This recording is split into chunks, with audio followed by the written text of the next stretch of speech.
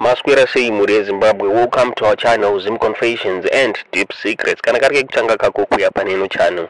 Please don't forget to subscribe. Kana uchingwa garo ka subscriber.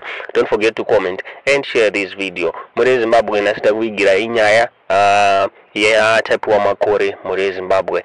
Nyaya inochikisa pane one of my villagers Buddha achitaura achiti mutumbi wa type wa makore pane mbwa 4 muri Zimbabwe akawana mutumbi wa type wa makore ziri kunzi dzikadya makumbo nemaoko type wa makore ziri kunzi paimbwa dzese dziri 4 dzese dzakafa zvisina kunzwisisika muri Zimbabwe. Zviri kunzi mavillagers eko haabvumidze kuti imbwa dzinenge dzatesta nyama yemunhu dzigare mucommunity, asi imbwa idzi runzi hadzina kuurayiwa nevanhu muri Zimbabwe. Dziri kunzi dzakafa dzese dziri 4 zvisina kunzwisisika kuti dzakafa sei muri Zimbabwe. Inyaya inotyisa muri Zimbabwe ndiyo yatata kuigirai muzuva ranhasi. Tiudze zvamuri kufunga pamusoro penyaya mucomment section.